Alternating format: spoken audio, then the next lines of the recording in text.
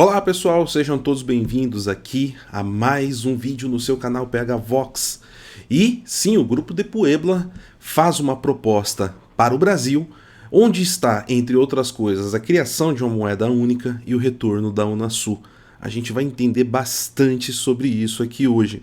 Mas antes, se você é novo por aqui, não deixe de se inscrever no canal. O PH Vox é um canal que traz aí informações sobre a geopolítica e adianta muito do que vem acontecer aqui no Brasil, como esse próprio vídeo de hoje. E não deixe de deixar o like também, o comentário, porque isso ajuda muito aqui no engajamento do canal. Bom, meus amigos, então vamos lá. Falando sobre o tema de hoje, é um tema complexo, ele é um tema espinhoso e eu vou tentar deixar o mais simples possível aqui, né, para todos vocês. Porque é o seguinte, o Grupo de Puebla, que a propósito não é a nova face do Foro de São Paulo, tá pessoal? O pessoal fala muito isso aqui no Brasil, né? Nesse vídeo não vai dar para explicar mais sobre isso, mas se você quiser entender mais aí sobre o Grupo de Puebla e quiser entender qual que é o papel dele junto ao Foro de São Paulo, deixe nos comentários que aí eu produzo um vídeo, se vocês estiverem interessados, para falar especificamente sobre o Grupo de Puebla e o que realmente ele é. Ele não é a nova face do Foro de São Paulo, tá, pessoal? E vamos lá.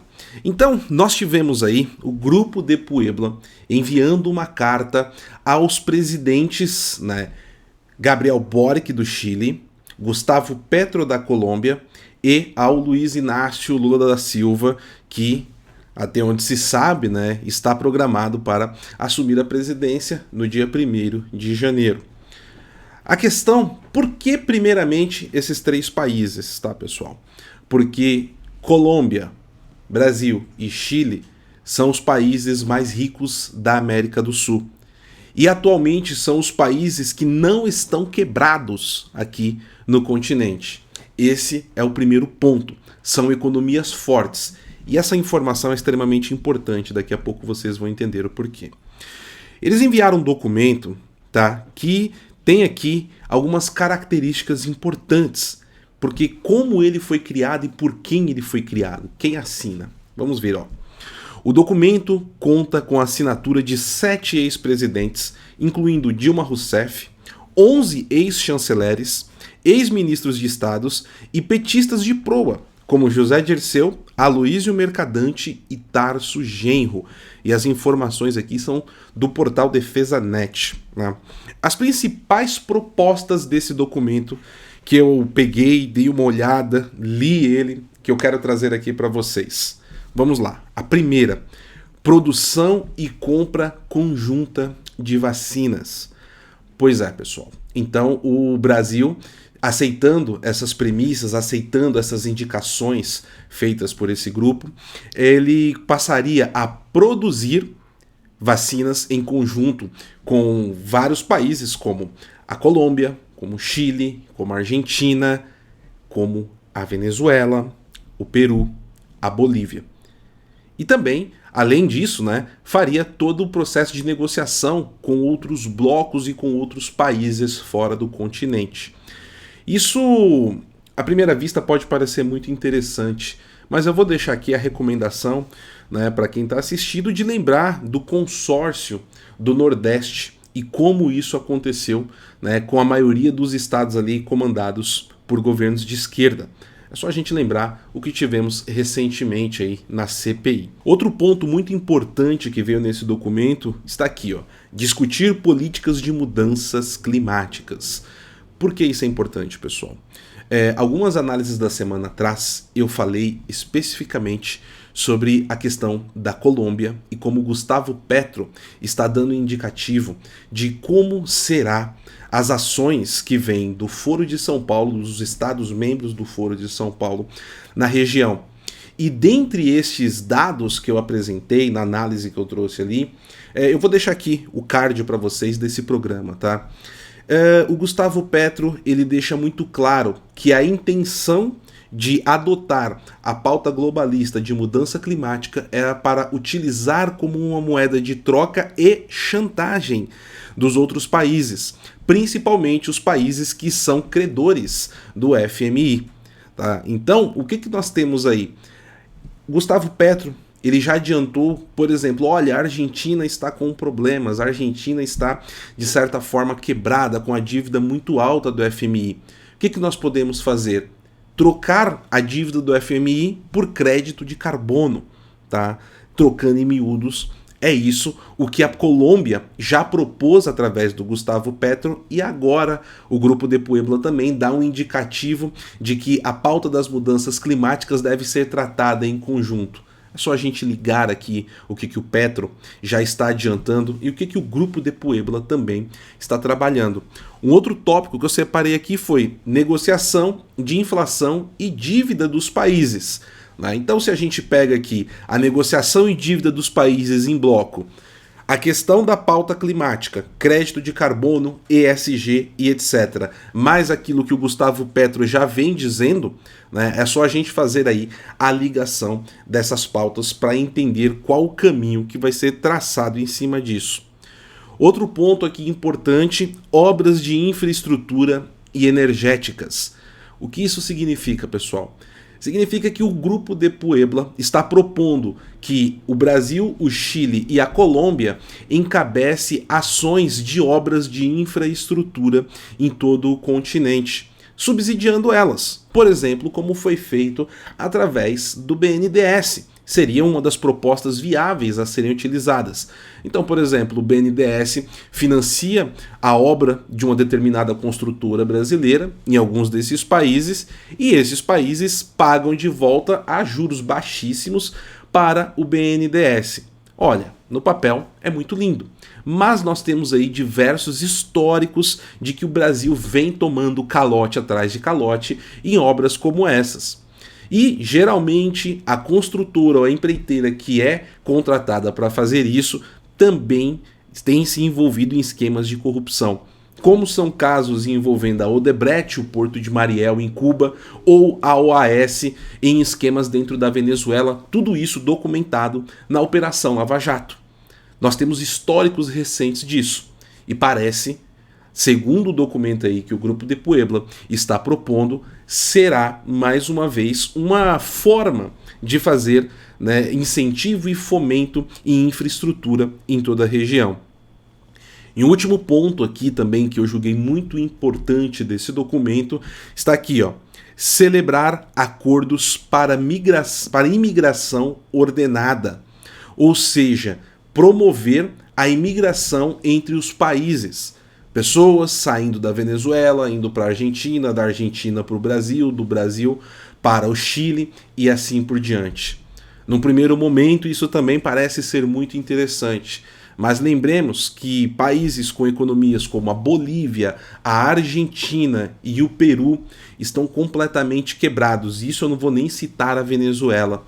E isso pode fazer o que, pessoal? Abrir completamente as fronteiras dos países, tornando o continente latino-americano numa espécie de pátria grande, tá? Ou, se a gente quiser pegar um modelo mais cosmopolita, pode transformar aí o nosso continente em uma espécie de União Europeia, tá? E aí, pessoal, é o ponto. Eu falei no começo da Unasul. Lembram disso? Pois é. A Unasul é uma organização que está praticamente morta. Ela foi criada em 2008 pela Bolívia e praticamente todos os países que faziam parte do Foro de São Paulo, na verdade, todos que faziam parte do Foro de São Paulo e estavam no governo de cada um dos países, fizeram parte da Unasul em algum momento. Ela começou a perder bastante força ali em 2014. Ela ainda existe, mas olha só quais são os 4 estados-membros atualmente da Unasul. A Bolívia, que foi a fundadora, a Venezuela, a Guiana e o Suriname. E a intenção é fazer o quê? Segundo o documento que o Grupo de Puebla criou e será distribuído aí para todos os governos na região hoje que compõem, né, o Foro de São Paulo. Vamos retomar a Unasul para ser a assembleia de discussão para a implementação de todas essas mudanças. E o que nós temos aí, né? É uma intenção também de transformar todas as negociações, ao invés de ser negociações bilaterais, por exemplo, o Brasil fazer uma negociação com o Japão, com o Reino Unido, com a Alemanha, com a Polônia. Não, as negociações passariam a ser, na maioria das vezes, em bloco. E o que tende-se a pensar aqui é que a intenção seja, talvez, aqui é uma condicional, não tenho como afirmar no momento, sepultar o Mercosul.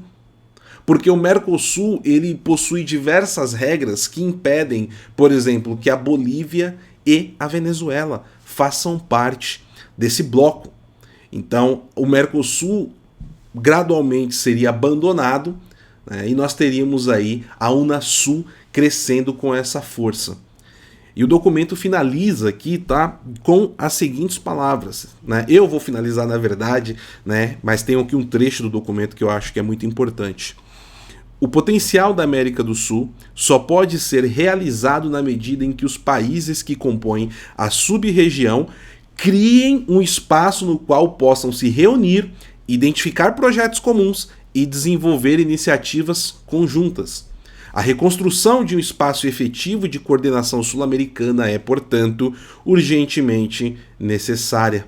Diz aqui um trecho do documento. Agora, de uma maneira muito perspicaz, o documento não faz nenhuma menção à crise econômica, humanitária e social da Venezuela.